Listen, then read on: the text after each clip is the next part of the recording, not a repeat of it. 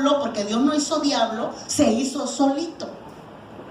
Se hizo solito porque hubo un problema en su vida. Y antes de continuar, quiero decirles esto. Ese trabajo que tenía él en el cielo y que se le fue quitado, bendito sea Dios, se lo dio Dios a nosotros. Dije que se le quitó al diablo, se le quitó a Lucifer porque él pecó y se le dio a los que somos ahora, ¿qué? Nos hizo, ¿qué? Reyes y sacerdotes para ministrar el corazón del Padre, para ministrar el corazón del Hijo, para que seamos como piedras, ¿qué? Piedras vivas. Ay, santo Dios. Se nos dio el privilegio, por eso yo siempre digo privilegio. ¿Se siente responsabilidad? Sí, pero es un privilegio. ¿Te cansas? Sí, pero es un privilegio. ¿Se sufre? Sí, pero es un privilegio. ¿Se invierte tiempo? Sí, pero es un privilegio. Amén. Porque se le quitó a alguien que no lo quiso. Porque se le subió la soberbia, la altivez le ganó por todo lo que Dios le había hecho resplandecer y le había dado. Y por esa razón, ¡pum!, cayó y salió de la luz.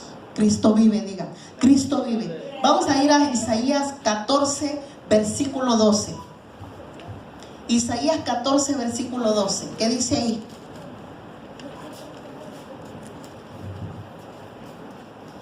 Quien lo tenga, me ayuda a leer rápidamente. Isaías 14, 12.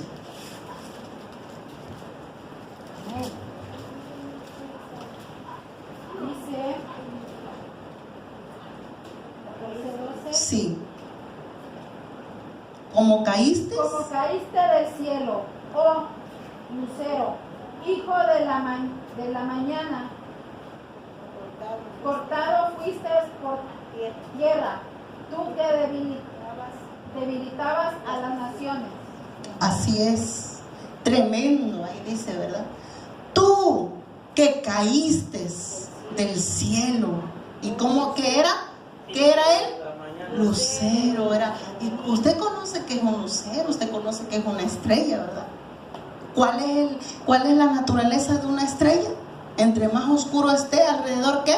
Brilla y se ve de lejos, ¿verdad? Y es para guía de muchos, y sobre todo los que son pescadores, ¿verdad? Los que son pescadores, los que son marineros, los que navegan en el mar, y mucha gente contempla y admira. ¿Por qué? Él eso era, resplandecía tanto, dice, lucero de la mañana, pero caíste, dice, y fuiste, dice, y tú, dice, que debilitabas a las naciones. Era tanto el poder que él tenía, era tanto que él se sintió como Dios. Eso fue el problema. Se le olvidó que él era creado. Sí, se le dio mucho, sí, disfrutó de mucho, sí, tuvo un gran privilegio, sí, pero no era Dios, ¿verdad? Así como nosotros, se nos dio el gran privilegio de poder ministrar como piedras, ¿qué? Piedras vivas, amén. Ahora Lucifer se le conoce como el ángel, ¿qué? El ángel caído. ¿Usted ha visto cómo lo dibujan allá afuera? Lo dibujan de muchas formas. Lo dibujan como dragón, lo dibujan con alas pero caídas, lo dibujan de muchas maneras que se puede identificar que se refiere a ese ángel caído. No, Dios lo quiso hacer así, solo se hizo. Vamos a ir a Salmos capítulo 18, versículo 14. ¿Sí me escucha? Salmo 18, versículo 14. ¿Qué dice ahí? Gloria a Dios por esta lluvia, amén. Dios saetas los dispersó, lanzó relámpagos y los destruyó. Entonces aparecieron los abismos de las aguas y quedaron al descubierto los cimientos del mundo. A tu reprensión, no Jehová, por el soplo de la abierta de tu nariz. El Dios desde lo alto le tomó, le sacó de las muchas aguas, me libró de mis los que me aborrecían, pues eran más fuertes que yo. Hasta ahí, hermano, gracias. Dios nos habla de que el primer trabajo que tenemos que hacer la iglesia es ministrarlo a Él. Y por esa razón yo me quedo, hermanos, pensando y digo, Señor, ¿cómo es entonces que nosotros como iglesia siempre estamos batallando para adorar a Dios? Siempre estamos batallando para alabar a Dios. Se nos dice en cada servicio, no esperes que alguien te diga, apláudele al Rey, levanta tus manos, abre tu boca, cántale con todas tus fuerzas, ven a la casa de Dios. Yo creo, amados hermanos, que después de un cierto tiempo que conocemos a Dios, ya no tenemos que esperar que nos digan y nos indiquen qué hacer. ¿Sabe por qué? Porque sabemos cuál es nuestra asignación. Porque sabemos que necesitamos para poder estar como ardiendo en ese fuego. Amén. Necesitamos, yo lo necesito, todos lo necesitamos. No importa cómo te llames, no importa cuánto tiempo tengas, no importa, amados hermanos, todos nosotros sabemos que en un templo se levanta un altar. Aparte, el altar en tu corazón y aparte el lugar en tu casa, el altar en tu casa.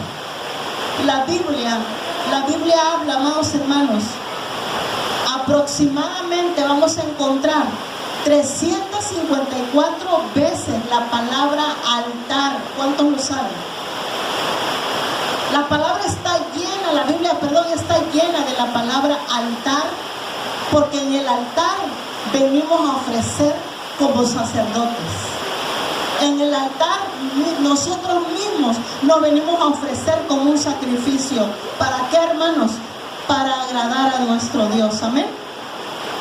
Cuando nosotros entendemos esto, vamos a la Biblia. En la Biblia encontramos, por ejemplo, en la Biblia nos habla de Noé. Cuando lo primero que hace Noé cuando se baja del arca es levantar un altar. ¿Para qué? Para adorar al Padre. Y yo creo que en Noé hubo mucha gratitud. Amén.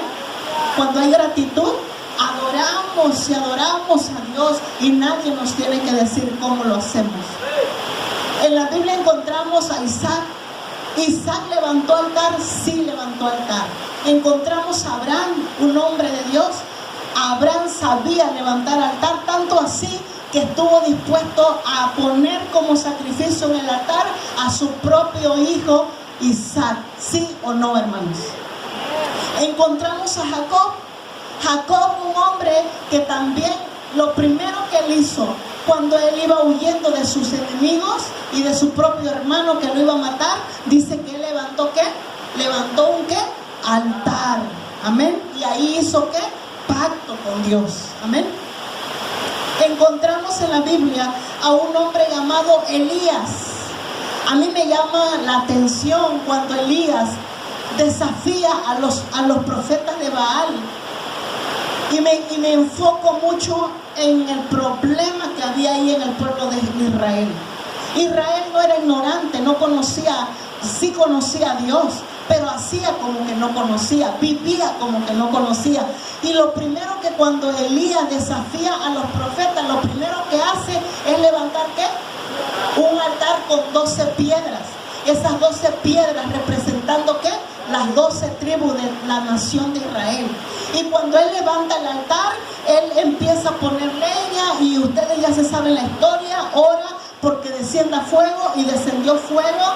Y después de esto dice que el pueblo se volvió, otra vez el corazón del pueblo se volvió a su Dios, el Dios verdadero, el Dios de Israel. Y vemos que ahí, cuando él levanta el altar y desciende el fuego, también en ese lugar le corta la cabeza a más de 450 profetas falsos. ¿Sí o no, amados hermanos? Entonces, cuando yo veo la Biblia y vamos a esto, yo empiezo a entender, amados hermanos, que tenemos algo bien definido como sacerdotes: ministrar. ¿Y sabe qué? Cuando nosotros venimos a la palabra del Señor, encontramos entonces que aquí en la tierra gente está preocupada por buscar un ministerio, pero el primer ministerio que tenemos que buscar es adorar a Dios y alabar a Dios. Amén.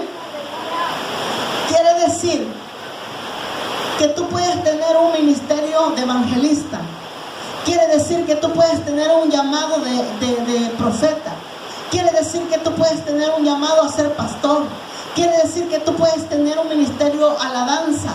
Quiere decir que tú puedes tener un ministerio en el evangelismo o en lo que tú quieras. Pero y tal vez el enemigo muchas veces le hace creer a la gente que ese es lo más grande que tú puedes tener. Y yo he visto gente frustrada cuando dice, bueno, yo soy el que barro el templo y lavo el baño de la iglesia. No tengo ningún ministerio, pero se equivocan. Porque el mayor ministerio no es el solo ser evangelista, no es ser profeta, no es ser apóstol, no es ser pastor, no es ser maestro, no es danzar. A lo mejor yo ni sé danzar, pero mi mayor ministerio es que ministrar el corazón de Dios. ¿Saben? Tal vez yo no tengo una voz bonita, tal vez yo no me entono cuando yo canto, tal vez yo no soy salmista, porque ahora mucha gente dice la salmista tal, el salmista tal, y sí, tienen voz privilegiada y cantan y adoran a Dios, pero eso no significa que tú y yo nos quedamos fuera, los que no tenemos voz privilegiada.